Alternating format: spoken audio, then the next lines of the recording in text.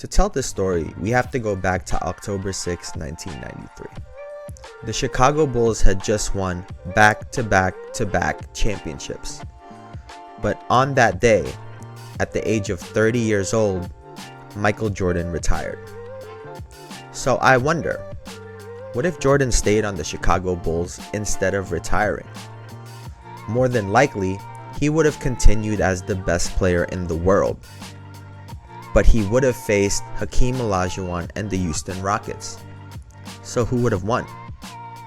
As a reminder, the Houston Rockets in real life faced the New York Knicks in '94 and the Orlando Magic in '95. Like I said before, Jordan would have been the best player in the world and would have been the best player between both teams. But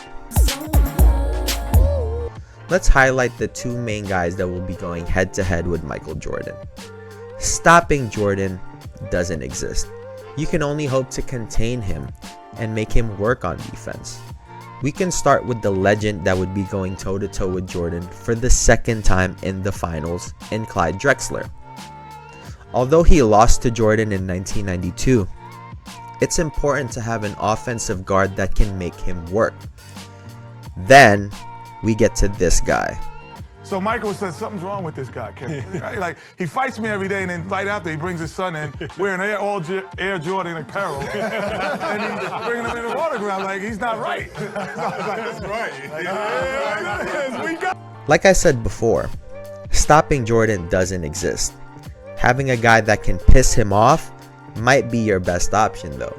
A player that was able to get under Jordan's skin on occasion, was tough enough for the physical play, and who knows, maybe he can get him ejected, because there's no better defense on Jordan than not having him on the floor. Everything changes when we get to the center position, which is Hakeem versus any of the 7-footers that the Bulls have. Like the saying in boxing goes, styles make fights.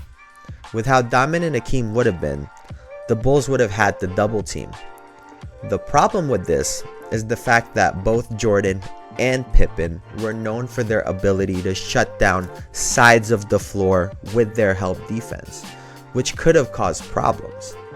You see, if the Bulls defenders so much as flinched towards Hakeem, Kenny Smith shot 42% from 3 that year, Robert Horry shot 37%, and Mario Elie shot 39%, forcing Jordan and Pippen to make a decision. Do we give up a 3 or allow Hakeem to cook? It's regular season, but we were 6-1 against them in 3 years. We only lost 1 game to them in 3 years because they really had to double team every time. One of the things Phil Jackson did not want to do, he doesn't like in double teaming. And Hakeem would go crazy, and then by the end third quarter, they'd be like, all right, let's go double him. And then splash, splash, splash. There's a few takeaways from this clip. The fact that Phil Jackson didn't like to double team, and the timing in which he said they would double team. 6.5 hours later. Which was around the third quarter. Now the issue with that is, by the third, Hakeem may already be rolling offensively, and double teaming in the third allows for shooters to get hot going into the fourth quarter. Now for most big men, the fourth quarter is a game within a game.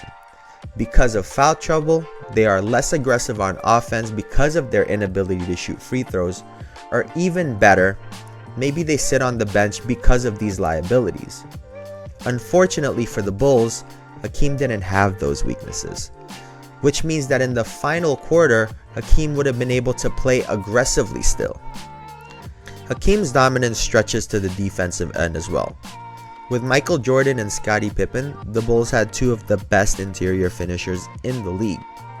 But unlike any of their other finals matchups, when they drive against the Houston Rockets, they get met with Hakeem Olajuwon, who's number 1 in blocks all time.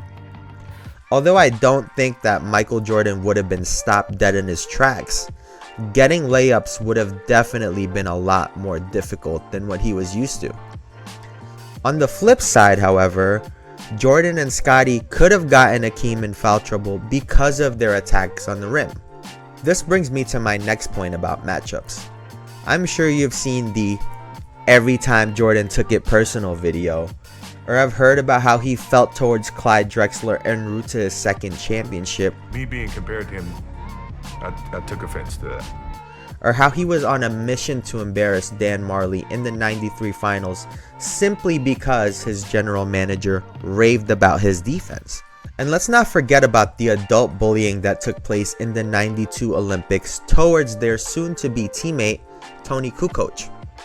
In those situations, Jordan was able to disrupt the player because he was able to match up with those guys. He would have little to do with stopping Hakeem.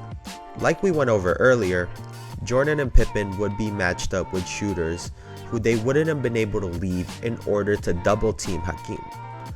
Lastly, in this scenario, the Bulls would have had Horace Grant in the first matchup before he got real sour towards his teammates. Straight up bitches.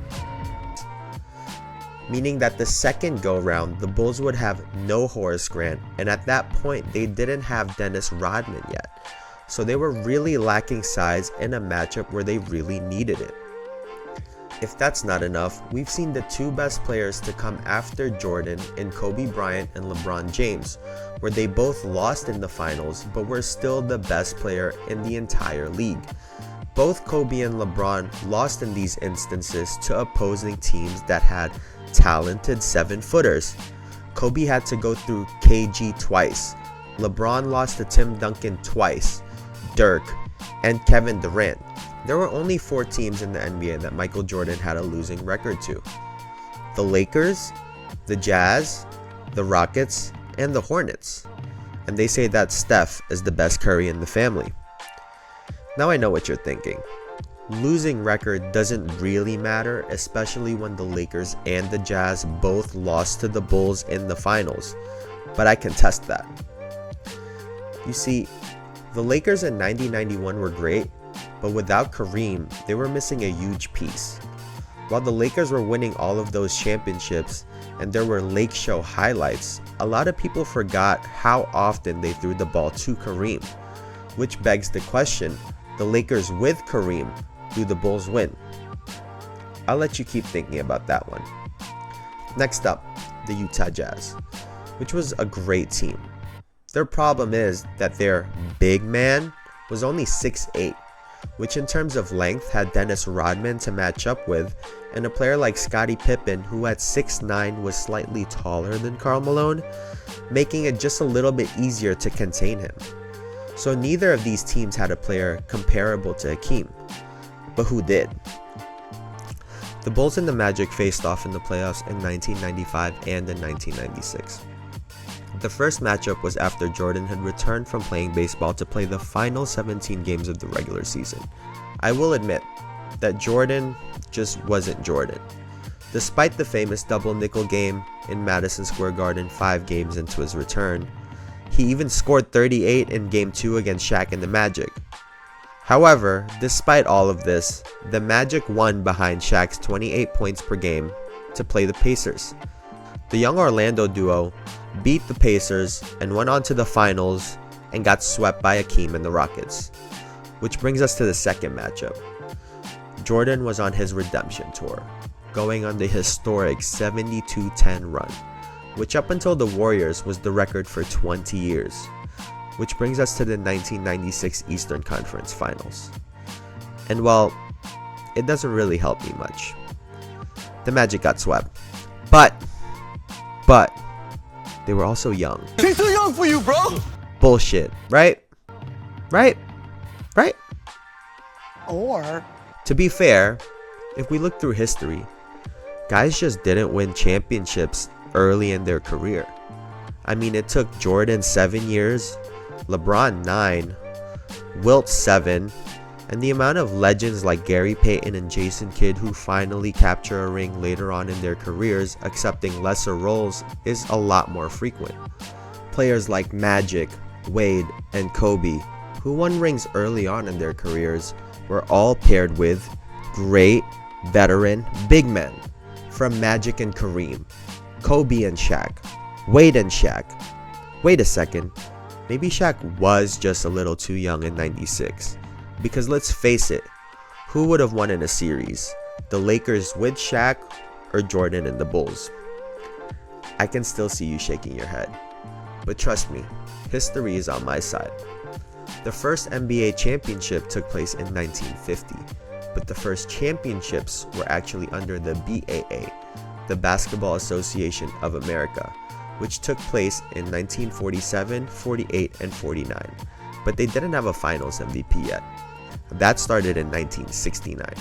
Over the course of the 76 championships, 34 out of the 76 finals MVPs are what would be considered as big men, discounting Tim Duncan, Dirk Nowitzki, Kevin Durant, and even Giannis, while other MVP awards that went to guards and wing players, where you could argue a great big man was still the best player in the series.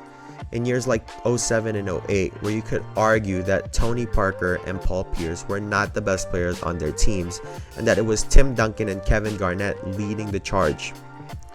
In the end, I think that Hakeem and the Rockets could have won both years against Jordan and the Bulls, but more than likely, they would have won in 94 and lost in 95. So let's imagine that world for a second. Jordan's retiring in 1998 with a loss in the finals and 7 rings. That's some historic shit right there. 7 rings in 8 years, a 3-peat and a 4-peat. Let's face it, the only one that would be trying to save face in this situation to raise Jordan's notoriety would be the league. The NBA's golden child with a finals loss. Hercules loses his glow. So maybe he's human like the rest of us. However, I don't think it would have been all negative. Maybe with his accomplishments, leaving the Bulls with 15 years under his belt rather than 13, maybe he didn't come back to the NBA with the Wizards, and is known for only staying with one team like Kobe, Duncan, and Dirk. Maybe the Wizards picked up Pau Gasol or Tyson Chandler instead of Kwame Brown, and the team could have looked like this. Now, as a result of that Wizards team, maybe the Pistons never got Rip Hamilton, which meant that the Lakers probably won the championship in 04, giving Shaq and Kobe an extra championship each and a 4-peat together. In the end, the stories would write themselves. The truth that the NBA has tried to keep buried since the 1980s keeps coming back to haunt them. And it's the fact that giants rule the world. Now imagine if their greatest was conquered. Would we still have traditional big men because of Hakeem's success? The answer, oddly enough, is probably no. You see, even Hakeem, who was drafted in 1984, was already an early evolution of the big man, tall and lanky with extreme skill. Seeing him on the biggest stage beating Jordan would have accelerated the evolution of the big man, and maybe, just maybe, we'd have flying cars by now. Or Hakeem could have turned into the Isaiah Thomas of the 90s, with the league working overtime to forget that Jordan had ever lost to him. And that would be the beauty in it. The Rockets beating the Knicks and the Magics, who did not have players with the mystique of Jordan, they were able to sweep those 2 years under the rug. And yes, Isaiah Thomas is celebrated, but someone's got to ask why it took ESPN 26 years to air a special on the team that ruined the baton passing that the Lakers and the Celtics were doing in the 80s, led by a 6-foot-tall point guard at that. And a part of me thinks that they only did it because the NBA was reaching its golden age of point guards in 2014, and it was simply good timing. So what do you think would have happened? Hakeem at the beginning of this was the key to the change, and ultimately would be forced to the dark side. You know, for marketing purposes. I guess it's true what they say. You either die a hero or live long enough to see yourself become the villain.